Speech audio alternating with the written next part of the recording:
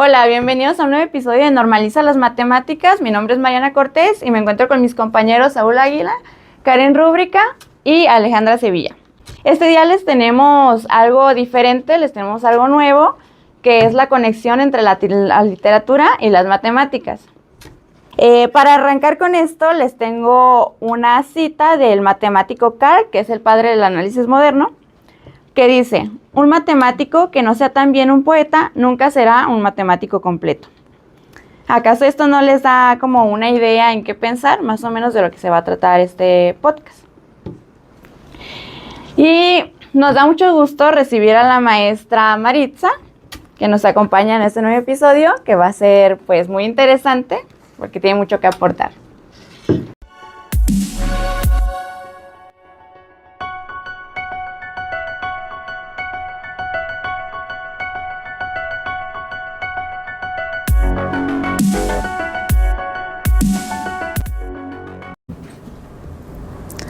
Buenos días, muchas gracias por la invitación. Estoy muy contenta de acompañarlos en este proyecto que, bueno, tengo que decir, desde que me realizaron la invitación lo encontré sumamente interesante, porque sí, lo decían ya al principio, se puede pensar en un principio que las matemáticas y la literatura no tienen absolutamente nada que ver, pero vamos a ver a lo largo de este episodio que la relación entre estas dos disciplinas es mucho más profunda de lo que parece a simple vista. Sí, es el propósito principalmente de lo que va a ser pues a lo largo de todo el episodio del podcast. Y como primera pregunta, maestra, me gustaría saber, para entablar conversación, de si usted conoce algunos matemáticos que hayan escrito obras literarias. Más bien al revés. Traigo ejemplos, algunos ejemplos de autores que, si bien son literatos, bueno, y traigo uno de mis favoritos, en un ratito lo revelo, pero son escritores que, a pesar de no tener una formación, digamos, en educación formal en la cuestión de las matemáticas, sí tienen como este deseo muy grande y lo plasman en sus obras de cuestiones matemáticas, ¿sí? Bueno, en una primera instancia traje dos argentinos hoy. A Jorge Luis Borges, que, bueno, el libro no lo traje, pero tiene un cuento que sí bueno, vamos a leer, si me permiten, un extracto. Claro. Jorge Luis Borges, argentino, tiene un cuento que se llama La Biblioteca de Babel, en el cual tiene un tema sumamente matemático, que es el infinito, la teoría de los conjuntos, ¿sí? En este cuento, Borges imagina una biblioteca infinita que tiene todos los libros posibles, o sea, toda la combinación de las letras posibles. Esta estructura en el cuento refleja principios matemáticos de permutación y combinatoria, ¿sí? Entonces se plantea problemas sobre el infinito y el conocimiento con raíces muy fuertes en la lógica matemática y en la teoría del caos. No sé si quieran que ahorita leamos un fragmentito, el principio del cuento, sí, o lo hacemos más adelante. Entonces, repito, el título se llama La Biblioteca de Babel, de Jorge Luis Borges. Y comienza así: el universo, que otros llaman la biblioteca, se compone de un número indefinido y tal vez infinito de galerías hexagonales, con vastos pozos de ventilación en el medio, cercados por barandas bajísimas. Desde cualquier hexágono se ven los pisos inferiores y superiores, interminablemente. La distribución de las galerías es invariable. 20 anaqueles a 5 largos anaqueles por lado cubren todos los lados menos 2. Su altura, que es la de los pisos, excede apenas la de un bibliotecario normal. Ese es nada más el primer párrafo. Entonces, desde ahí empezamos a ver cuestiones, bueno, ustedes son más expertos, ¿no? Cuestiones de figuras geométricas, ¿no? seguimos y más adelante presento a mi otro autor. Lo mejor para el final, ¿verdad? Lo mejor para el final. Sí. Bueno, como sabemos, las matemáticas y la literatura se cree que son temas completamente diferentes o disciplinas que no van de la mano. Y me gustaría preguntarle qué opina sobre esta relación que hay entre ambas. Bueno, lo decía al principio, o sea, es una relación muy profunda. Se podría pensar que una de ellas es racional y exacta, ¿verdad? Que son las matemáticas. Y por otro lado, la otra, la literatura, es creativa y subjetiva. Pero la verdad es que sí comparten estructuras y patrones, ¿no? Y bueno, no me dejarán mentir, ambas buscan la verdad y la belleza. Sí. ¿Sí? Tengo un ejemplo, me voy a salir un poco de los ejemplos argentinos que había traído. Tenemos el haiku japonés, ¿sí? Que es una estructura que se debe respetar siempre. No se puede salir, el poeta que hace haikus no se puede salir de esa estructura, ¿sí? Esta estructura son 3 versos siempre. Un total de 17 sílabas distribuidas de la siguiente manera: 5 sílabas, primer verso, 7 sílabas, segundo verso, y 5 en el tercero, ¿sí? Entonces, esto es un patrón, esto es una estructura que ya está fija. Vamos a leer, haiku es pequeñito, ¿no? Recordemos que los temas de los haikus es la contemplación, la meditación, la naturaleza, ¿sí? Traigo un haiku de Kobayashi Isa y lo leo.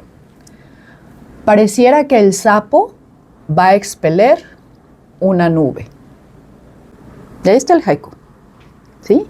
Siempre los haikus nos dan estas imágenes, les digo, contemplación, la naturaleza. Nosotros somos espectadores aquí. Entonces, bueno, ¿por qué lo traigo a colación? Por la cuestión estructural, ¿sí? Sí. Muy bien. Bueno, aquí nos podemos dar cuenta que tanto las matemáticas como la literatura llevan reglas, llevan métricas, y que pues esto a la vez nos permite crear como nos permite descubrir, ¿no? Al final de cuentas, también cuando uno hace pues las fórmulas matemáticas, que las llevamos tal cual como son, es como una forma elegante, ¿no? Al final, pues como decía al principio, hacer poesía pues puede ser también como hacer matemáticas, y hacer matemáticas también puede ser como una forma de hacer poesía. No, totalmente. Muchos textos literarios, tú lo mencionaste, la poesía, ¿no? Incluso pensemos en los sonetos, siguen estructuras formales, ¿no? Tenemos estas cuestiones de la métrica, ¿sí? En la poesía. Pero en cuestión, en textos narrativos, pues tenemos también la estructura, y a lo mejor lo recuerdan de la secundaria o la prepa: introducción, nudo, desenlace, ¿no? Sí. Que esa estructura la tenemos en muchos de los cuentos, muchas de las novelas. Entonces, sí, creo que ambas disciplinas son altamente estructuradas, ¿sí? Quizás sí, las matemáticas tienden a seguir un orden más lógico, ¿no? Pues por supuesto, ¿no? Pero regresemos a la poesía. Un soneto tiene una estructura fija, como una fórmula matemática, ¿no? Lo veíamos en el haiku, ¿sí? Sí. Si regresamos a Borges, ¿no? A quien leíamos hace unos minutos, él diseñaba cuentos con estructuras simétricas, ¿no? O incluso en espiral. Entonces, sí, o sea, sigue siendo muy, muy interesante estas conexiones que se hacen entre las dos disciplinas. Sí. A mí me encanta la forma en que lo explica, porque pues ciertamente la poesía sí lleva una estructura, y ya lo mencionó usted, ya los haikus, los sonetos, algunos versos libres incluso llevan estructura, aunque pues a simple vista no lo vemos. Sí, no, completamente, completamente. También están estos conceptos que se manejan en ambas, ¿no? Que son cuestiones de abstracción, de símbolos, ¿sí? Es cierto que generan lenguajes propios, ¿no? En la literatura, pues no lo podemos negar, es un lenguaje verbal, sí, ¿no? Claro. Se hace literatura con las palabras. En las matemáticas, pues tendemos más a símbolos, ¿no? Sí. Sin embargo, en ambas se trata de construir este significado y transmitirlo, ¿sí? Con sus propios lenguajes, Ujú. ¿sí? A veces incluso se ha dicho de Borges que tiene obras que parecen ecuaciones, ¿no? Que, o sea, Sí. que tenemos que meterle mucho cerebro para llegar al mensaje que él quiere transmitir, ¿no? Entonces, tenemos también cuestión de las ficciones y los mundos posibles, ¿sí? En matemáticas, por ejemplo, podemos imaginar mundos con dimensiones, números infinitos, etcétera, y la literatura lo hace, ¿no? La literatura crea estos mundos posibles, ¿no? O sea, se va más allá de la lógica. O sea, algo puede ser imposible en nuestro mundo real lógico, pero en la literatura no, Sí. ¿no? Como lo decíamos, pues, en este cuento de la Biblioteca de Babel, ¿no? Que es una realidad construida a partir de una hipótesis combinatoria. Yo, por ejemplo, me gustaría también hablar sobre la novela, que es una novela de fantasía de Alicia en el País de las Maravillas, ¿no? Que más que involucra las matemáticas y la literatura. No solamente en las matemáticas se representan como un número fijo, sino también como el pensamiento crítico, la lógica que llevan. Y esa película involucra mucho esta parte, ¿no? Las matemáticas y la literatura. Y más que nada, el autor que lo escribió, que es Lewis Carroll, es un matemático que escribió esta novela. Así es, ¿no? Lewis Carroll fue matemático y en particular, y no solamente Alicia en el País de las Maravillas, Jabberwocky también, tiene o están llenas las obras de juegos lógicos, ¿no? Sí. Juegos lógicos matemáticos. Entonces, sí, también es un muy buen ejemplo de cómo sucede, o sea, o cómo se encuentran. Así es, también podemos tomar el ejemplo de nuestro buen amigo Russell, ¿no? A pesar de ser un matemático puro, pues en su momento llegó a ganar lo que es el Nobel a la literatura. Y es una hazaña, pues, bastante dichosa, digamos, bastante una proeza de reconocerse. Sí, no, completamente. ¿Quieren que pasemos a mi segundo autor? Sí, por favor. Muy bien.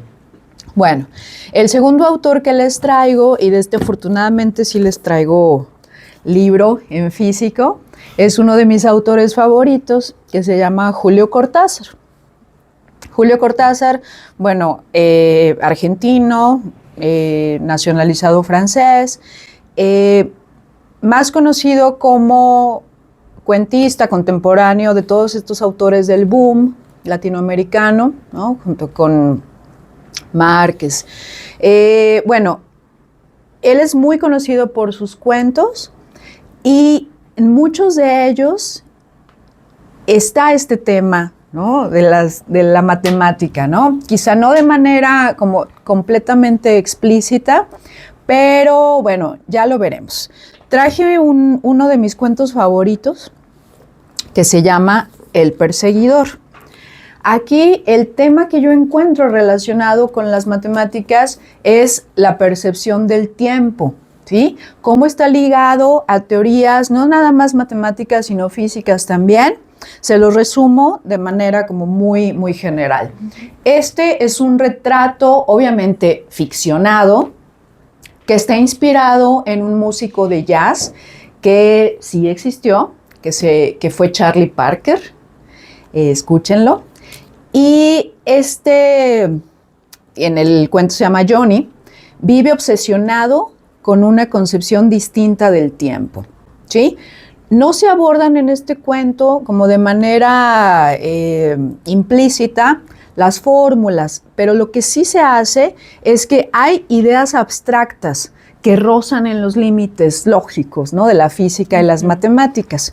Y les voy a leer, incluso es una de mis frases favoritas, que ahí es, creo, donde se ve muy, muy reflejada esta obsesión de Johnny en el cuento, de esta concepción distinta del tiempo.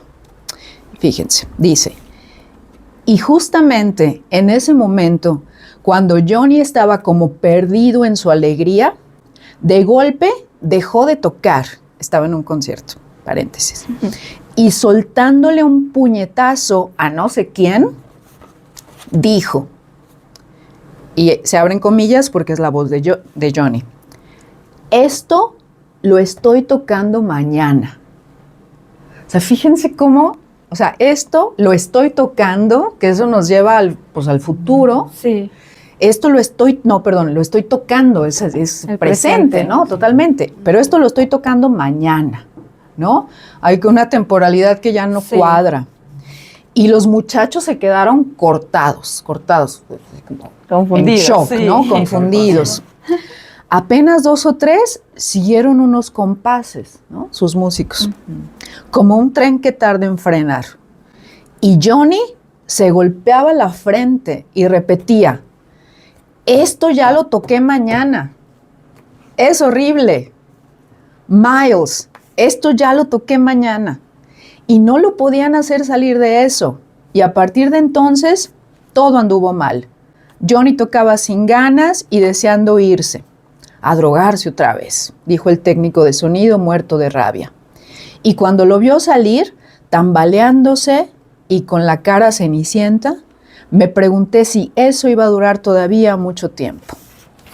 Entonces, bueno, ahí vemos, ¿no? Cómo Cortázar también juega con estos conceptos, ¿no? Con estos límites de la temporalidad, ¿no? Y bueno, ¿qué les puedo decir? Me encanta Cortázar, me encanta todos estos universos que les decía hace rato, ¿no? O sea, cuestiones que en la realidad pues no pueden pasar, ¿no? Sí. Pero que en la literatura se hacen posibles.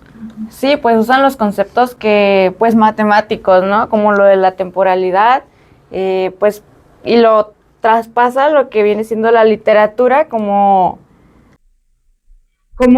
si tuviera un orden, ¿no?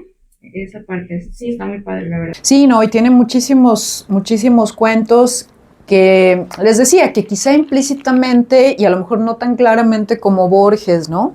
Están estas referencias a los conceptos matemáticos, geométricos, etcétera, pero que sí hay cuentos en los que hay temas, ¿no? Que, por ejemplo, hay un cuento también que sería imposible en la realidad, que se llama La Autopista del Sur, que se trata de unas personas que van de regreso a París en carretera.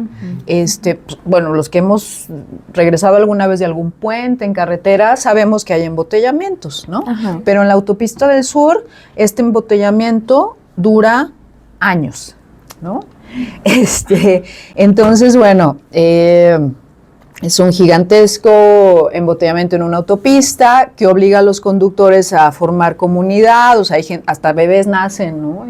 en el embotellamiento. Entonces es como un modelo matemático del comportamiento colectivo, ¿no? Y como de la progresión del tiempo, o sea, ¿cómo es posible que un embotellamiento dure años, ¿no? Pues sí lo es, ¿no? Es posible, y también puede tener muchas lecturas, ¿no? Podemos leerlo desde una representación de sistemas complejos, dinámicas no lineales, ¿no?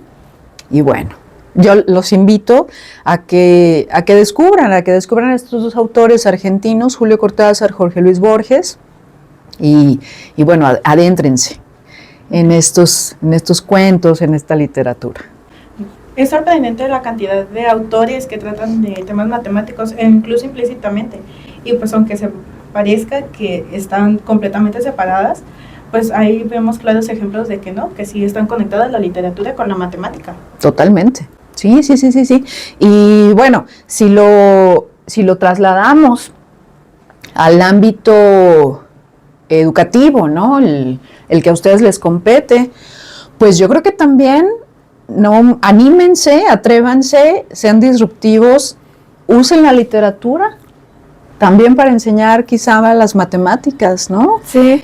De hecho, hay dinámicas, bueno, en talleres de lectura, que estoy en taller de lectura, hay una dinámica que justo con nuestras prácticas en el área laboral, bueno, la materia que estamos impartiendo, hacemos la dinámica de hacer un cuento sobre eso, ¿no? Y yo se lo apliqué a un niño, a hacer un cuento de qué es lo que aprendió relacionado con las matemáticas, y realmente hacen un trabajo muy, muy impresionante y te das cuenta qué es lo que están aprendiendo y cómo relacionan su ambiente con las matemáticas. Sí, o sea, y podemos hacer uso como de todos estos juegos mentales o lógicos que nos puede dar un cuento, ¿sí? Y además, y bueno, ustedes aman las matemáticas, yo no tanto, tengo que confesarlo, ¿no? Yo amo más la literatura, pero es decir, a través de estos dos caminos podemos provocar una emoción estética, ¿no? O sea, ambas pueden ser bellas, entonces ojalá se den como la oportunidad de explorar, ¿no? Estas otras maneras, ¿no? De llegar a la emoción estética, a esta búsqueda de la belleza.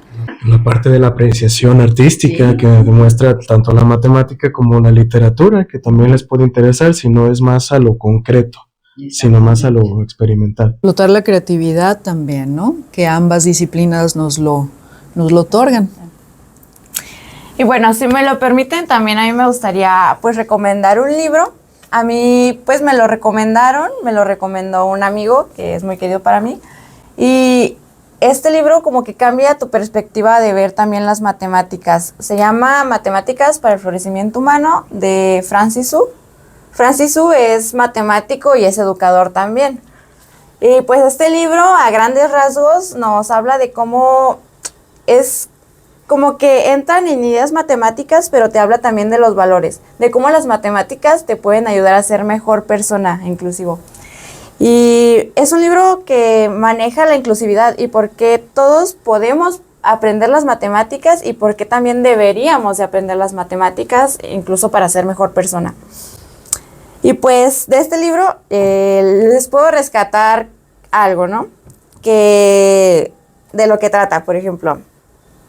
Puedo decirles que este libro, su esencia, nos dice, tú también puedes descubrir, tú también puedes crear y tú también perteneces aquí, o sea, al mundo de las matemáticas. Y pues yo se los recomendaría más que nada a estudiantes que no sean como muy allegados a las matemáticas, que puedan tener dificultades para aprenderlas, que puedan tener dificultades para decir si les va a servir de algo en la vida, porque es lo que siempre surge, ¿no? La pregunta, ¿y esto para qué me sirve? Pues eso yo se los recomendaría, porque no habla tal cual de matemáticas, de conceptos abstractos. Te habla más bien de cómo las matemáticas te pueden servir en tu vida, literalmente, ¿no? Y pues cómo las matemáticas te ayudan a crecer como persona. Y pues la verdad es una recomendación que me hicieron muy bonita y que yo se los recomendaría para que se acerquen también a las matemáticas, así como a la literatura. Excelente. Maestra, no sé si quiera hacer un último comentario, algo. Pues no, terminar agradeciendo nuevamente. De verdad me produce mucha alegría que salgan del camino convencional, ¿no? Que a través de estos espacios se abra esa puertita, ¿no?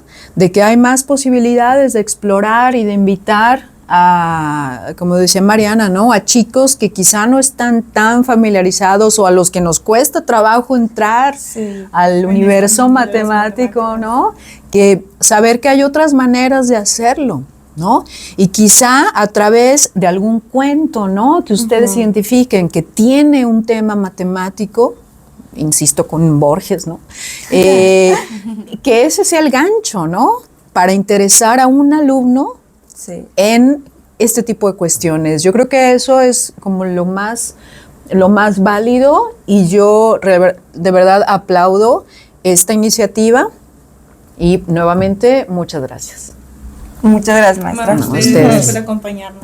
Para final del episodio me gustaría cerrar con la frase escrita por el autor Paul Sartre que dice: la matemática no es solo una ciencia exacta, también puede ser un reflejo del pensamiento filosófico más abstracto y subjetivo. Ya, sería todo. Bueno, muchas gracias, maestra. Gracias.